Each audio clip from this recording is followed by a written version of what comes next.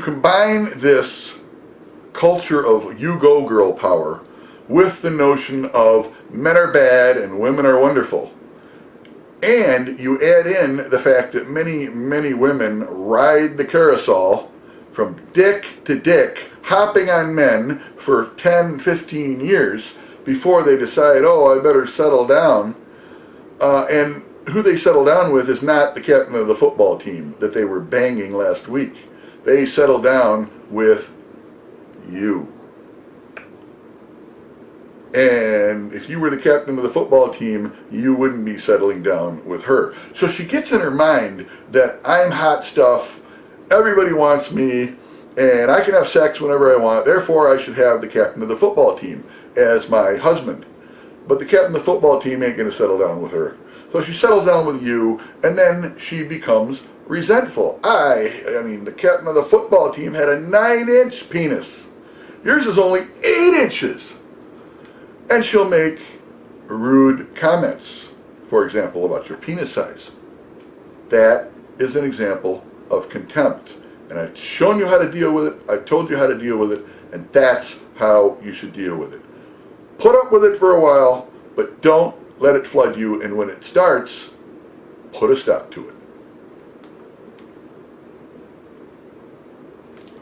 Because contempt is, from a woman, is toxic to the relationship. If a woman is contemptuous, it is directly related to her sexual drive. Women do not want to have sex with men in whom they hold in contempt. Period. Women will not have sex willingly with a man who they find contemptuous. So if your wife is speaking to you with contempt, I'm guessing with a 99.99% probability that that includes the dead bedroom. And that's probably how you found Married Red Pill and these videos. But society has cultured an area of superiority, of princess mentality in women, and told them that they're better than you. They can do better than you. You are worthless. You're just a man, an oppressor. We've heard all of this crap.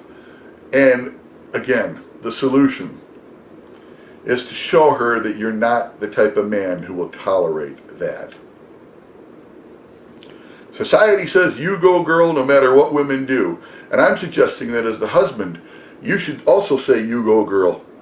Absolutely encourage and support your wife, but only when she is behaving appropriately towards you. That's the penalty we pay as husbands. Essentially, eunuch, powerless husbands who can only exert power indirectly after third wave feminism. So because of that, women often start relationships with men from a perspective of contempt. Pure, unadulterated contemptuousness. And it's a difficult thing to deal with, but we're using the tools that we have remaining as best that we can. I want to say a word here. The official position of the Married Red Pill Reddit is that marriage is a bad deal. Men today should not get married. It's a terrible deal. It strips you of all your power, it strips you of all your options, and hands everything over to the wife, who very often, 3/4 of the time, at least in my experience, treats her husband like a little boy and with profound disrespect. So don't get married, guys. These videos are for men who are already married. Okay? We're in a bad situation. We're figuring out how we can pound our way out of this box we've boxed ourselves into.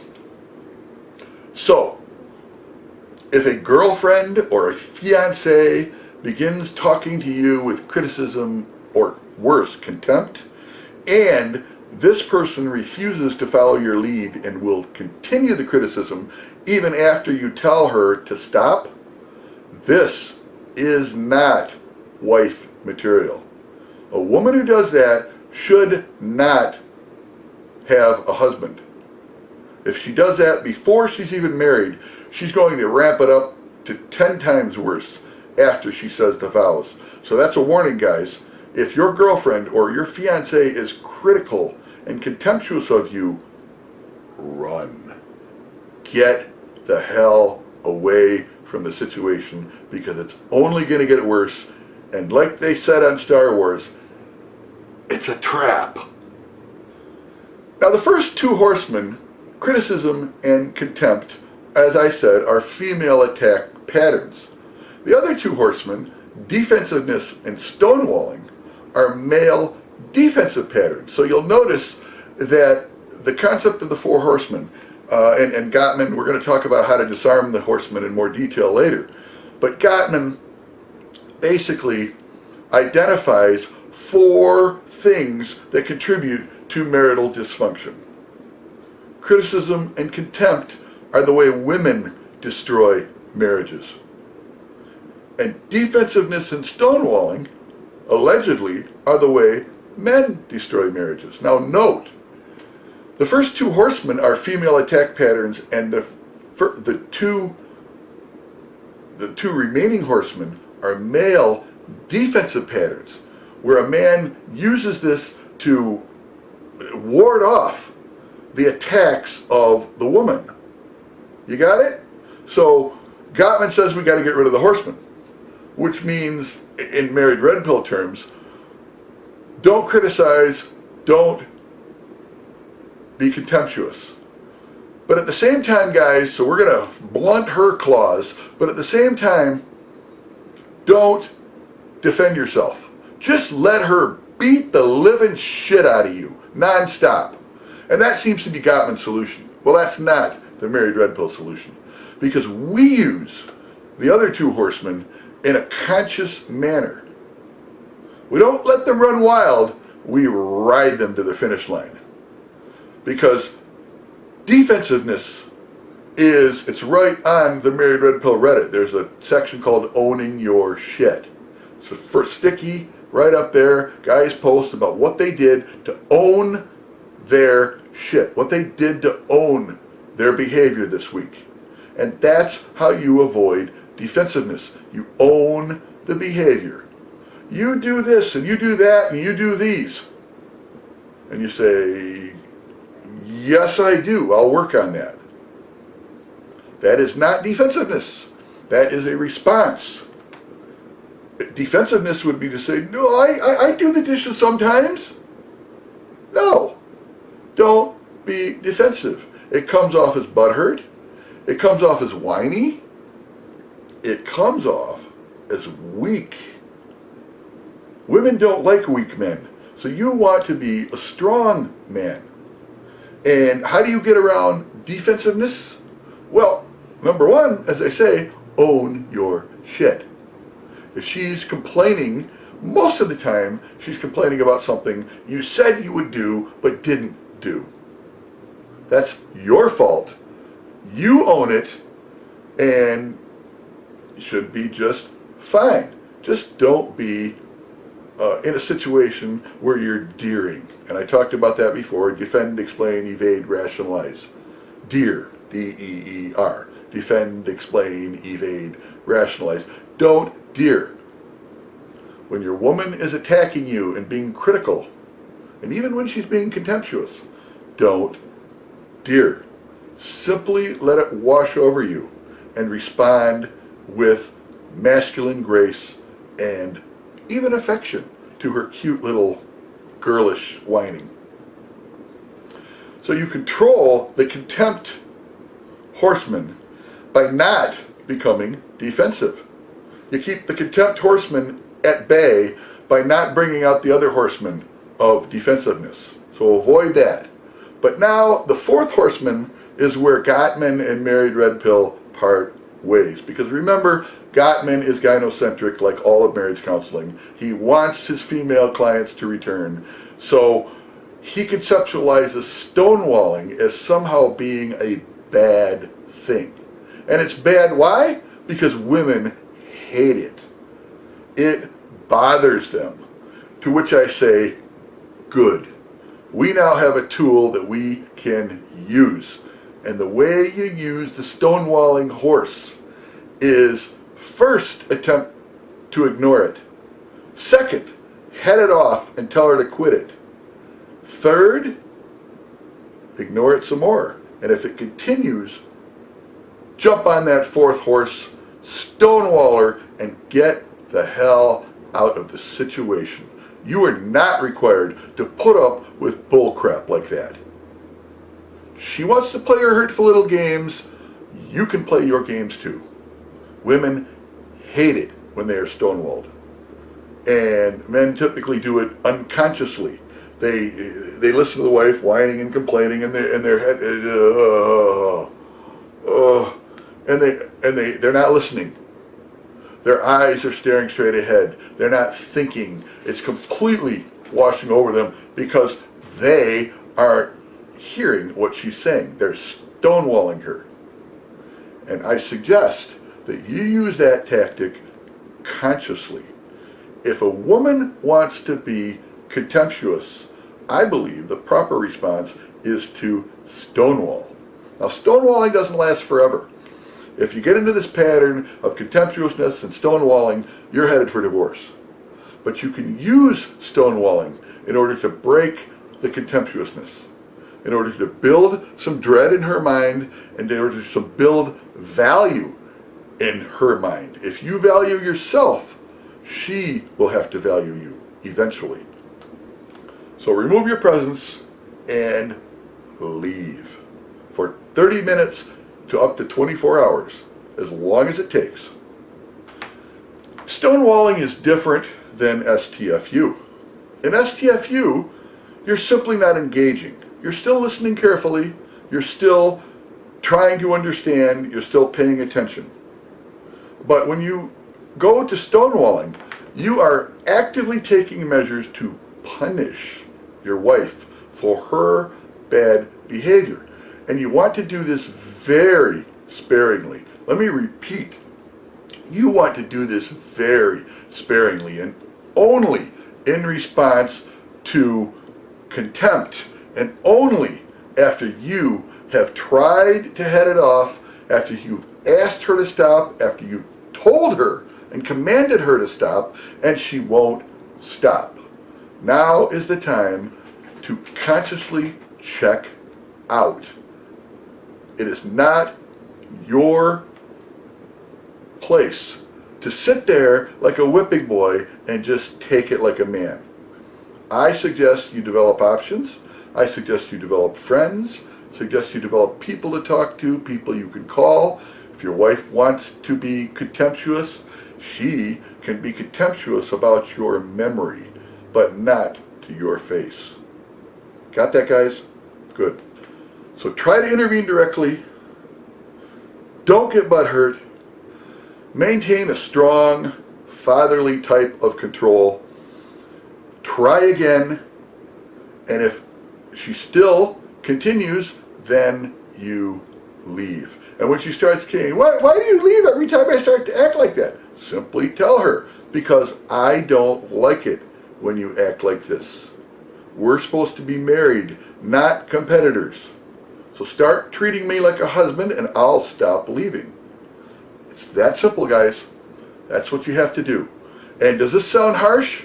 I think it sounds harsh, but it's necessary. Because what Gottman suggests is basically, let's blunt the man's defensive mechanisms and then we'll teach him how to fight better. And we will. We're going to teach you how to fight better. We've already started today with simple, direct commands. Fighting typically means that you are speaking indirectly. You don't do this, you don't do that, blah, blah, blah, blah, blah, right? That's what fighting means. And if you refuse to fight, if you STFU, then hopefully over time the situation will decrease.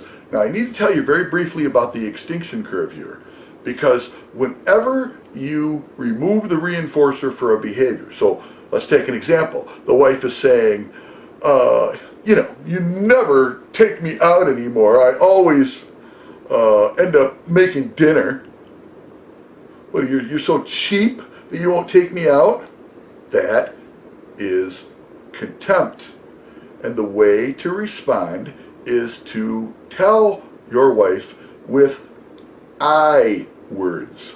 I words, not you words, not you need to do this, you need to do that. No, I don't like it when you talk to me that way. I don't want to be around you when you are being contemptuous. I will not tolerate this behavior. Let's do something else. Use I words. Attempt to redirect, attempt to stop it, and if that doesn't work, then stonewall, baby. Tune out, leave, and let her stew in her own juices. It's important, after stonewalling, that you then throw a life preserver. You're the man, you're the one who's in charge, so you have to be the one to attempt reconciliation, and it may take once, twice, 3, 4, 5, 8, 10 times before she'll grab that life preserver that you throw her. And I recommend at least once a day, throw her a life preserver. So the extinction curve is when you remove the reinforcers to a behavior. Now, what's the reinforcer to her contemptuous behavior? Well, sadly enough, the reinforcer is the hurt look on your face. It's the pain she can cause you. So when you take away that pain, she's now engaging in a behavior, looking for the reinforcer, and suddenly that reinforcer is taken away from her. So what does any mammal do? And that includes mice, rats, and married women. They work harder to get the reward. And the reward, again, is seeing your hurt face. So they work harder to hurt you. That's what happens. But if you're consistent, over time, the hurtful behavior, it'll spike at first, but then it will decrease over time. Over time, over weeks and months. And that's the goal. We're taking the big picture here, folks. So this week, I talked to you about how to deal with the 4 horsemen. I explained what the 4 horsemen were and how important they are. Because when they're present in a marriage, the marriage is on its way downhill, and there's a very good chance that you are going to get divorced at some time in the near future, unless you, as the man, get control of these horses. Today, I gave you some tips on how to send those horses right to the glue factory and kill them, ultimately. I also gave you some tips on how to ride at least one of those horses all the way to the victory line, and that is stonewalling. In doing this, guys, I'm really giving dynamite to kids. Don't use stonewalling to punish your wife. Use it with respect to a specific behavior. You identify the behavior and be consistent. If she is going to be hypercritical of you and she won't stop, it's time to exit stage left. Next week, we'll talk more about how you can tame those horses and how you can actually make friends with them. Because the best couples, the best marriages, don't always avoid the 4 horsemen. It turns out that whether or not you're going to stay married happily or get divorced unhappily is not 100% determined by the presence of the horsemen. It's determined by how you deal with them. So next week, we will talk about how you can harness those horses and ride them straight to victory. How you can harness those horses and ride them to the victory of a happy, fulfilling, and sex-filled marriage.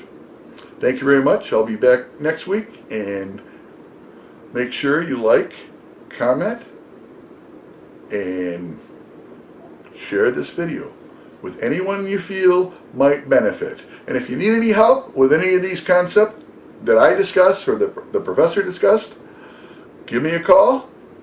You can contact me through my website at coachingformen.com. That's the number 4. Thank you very much. No, I know I'm no Superman. I'm no Superman.